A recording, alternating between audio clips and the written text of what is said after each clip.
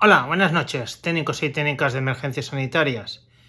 Bienvenidos a vuestro rincón, el rincón del técnico en emergencias sanitarias. En el vídeo de hoy voy a contar un caso clínico que tuve la semana pasada, que demuestra que nunca tienes que bajar la guardia, ni confiarte pensando de que es algo leve, porque en cualquier momento la cosa puede cambiar. Pues bueno, nos pasaron un aviso que decía que una señora mayor que había caído.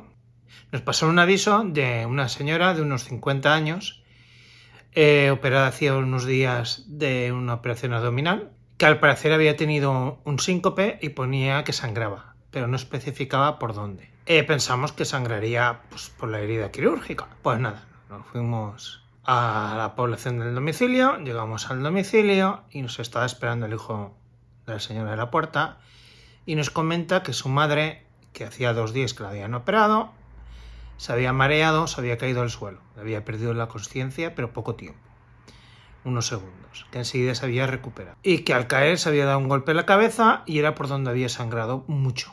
Y ya habían limpiado la sangre, por lo tanto no podíamos ver qué cantidad de sangre realmente había echado la paciente. La paciente no estaba anticoagulada ni tenía ninguna patología de base. Cuando accedimos a la cocina, me vio una señora de unos 50 años, sentada en una silla, con buen aspecto, buena coloración, orientada en espacio-tiempo y de bastante buen humor, haciendo alguna que otra broma, y me comenta eso, que se había mareado, se había caído, se había golpeado en la cabeza.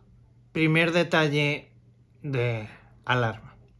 No recordaba lo que había pasado, sabía lo que le habían dicho sus hijos, que ella recuerda que estaba de pie y de repente se recuperó en el suelo con su hijo a su lado moviéndola. Empezamos la valoración haciendo el XABCD.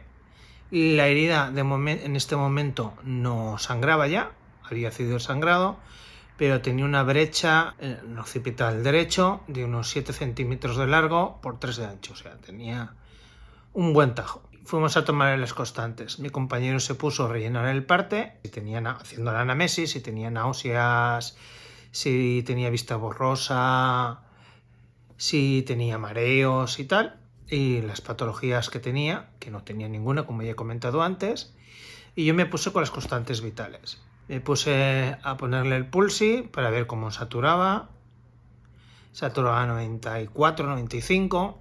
Nos comenta que es fumadora y que puede ser por eso, porque hacía un ratito que había fumado. Tuviese la saturación un poquito baja por eso. Tenía una frecuencia respiratoria de 18.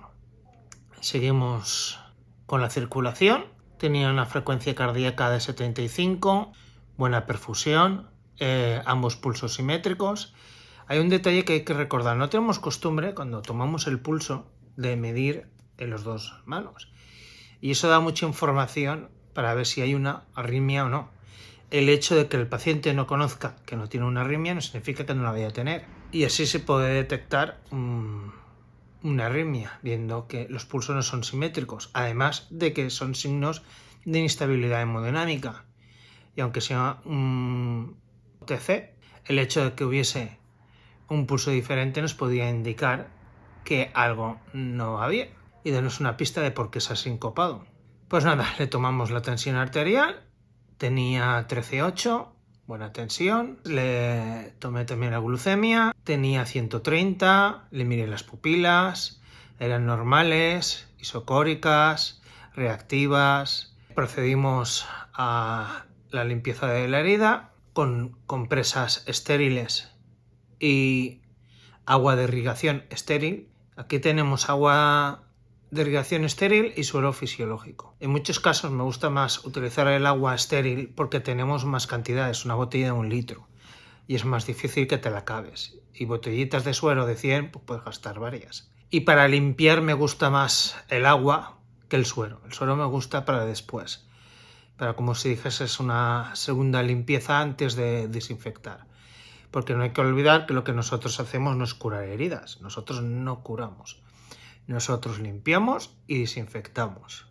Pues nada, estábamos limpiando la herida, se la acabamos de limpiar desinfectamos con clorexidina. Me puse a hablar con el compañero de que le íbamos a hacer una capelina y tal antes de trasladar, y que le íbamos a trasladar porque como hacía poco que le habían operado, era conveniente trasladar. Y nada, cuando me giré para coger la venda de crepé para realizar la capelina, me pega un grito mi compañero, me llama Javier. Y cuando me giro, me veo a la mujer que se está poniendo toda rígida para arriba, para arriba, para arriba, para arriba, y empieza a convulsionar. La cogí de milagro, porque iba al suelo. La cogí de milagro en el aire, cayendo. La tumbé en el suelo, mandé a mi compañero a que con el tetra llamase al coordinador médico, aparté todo con lo que la mujer se pudiese golpear. Mi compañero ya había apretado el botón que llama al coordinador. Mi compañero sacó una cánula orofaringia, pudimos ponerla, nos costó un poco, pero pudimos ponerla. No la podemos introducir en este momento del todo, pero sí lo justo para que no se muerda la lengua y tengamos un problema mayor. Porque aunque la lengua no te la tragues, si te la muerdes, un cacho de lengua sí que te puedes tragar. Nada, llamó al coordinador médico, le comentaba a mi compañero lo que estaba pasando y nos comunica que envía inmediatamente un soporte vital avanzado, un SAMU. La mujer dejó de convulsionar, estaría convulsionando minuto y medio, 2 minutos como mucho. Siguió con el Guedel. Ahora sí se lo pusimos correctamente. Mandé a mi compañero por un collarín, le pusimos el collarín, la dejamos boca arriba por si volvía a complicarse la situación y poco a poco fue recuperando la consciencia. Escupió la cánula orofaringia y empecé a preguntar qué había pasado. Le empecé a explicar, pues había perdido la consciencia, había convulsionado, que no se moviese, que pudiese dar golpe en la cabeza. Me puse a controlar cabeza porque estaba nubilada, desorientada y quería levantarse, se quería ir. Estaba repetitiva, no paraba de decir que dónde estaba el bolso para darme el SIP. Y volvía a decir, ¿y dónde está el bolso para darles el SIP? ¿Y dónde está el bolso para darles el SIP? Repetí constante, saturaba a 92 y tenía una cardíaca de 67. Fue mi compañero por oxígeno, le pusimos unas gafas nasales a 3 litros y prácticamente inmediatamente llegaron los compañeros de la avanzada. Expliqué al doctor que había convulsionado, le comuniqué cómo estaban las constantes. La última tensión que tomé mientras que ellos venían era de 11,6, saturaba a 92 como ya he dicho. Después de poner las gafas subió a 95 y se mantenía en 95 y la cardíaca estaba en 63, 67, de ahí no subía. Pero no es mala frecuencia cardíaca. Las pupilas seguían reactivas, pero la mujer estaba repetitiva. Le preguntabas cómo se encuentra y te decía que dónde está el bolso para darme el SIP. Le decías quién era su hijo y te volvía a decir quiero mi bolso para daros el SIP. De ahí no salía. Pues nada, el enfermero procedió a cogerle un acceso venoso, trajeron su camilla y la cargaron. Acabaron de atenderla dentro del SAMU, la monitorizaron. Estaba un poquito agitada, mi compañero subió al SAMU a ayudarles a sujetarla mientras que la acababan de preparar, ponerle las correas de la camilla, acabar con la vía, volver al conector del oxígeno, etc. Y cuando ya estuvieron listos nos comunicó el doctor que iban a trasladar al hospital donde la habían operado, por si pudiese guardar alguna relación en el hecho sucedido, la operación.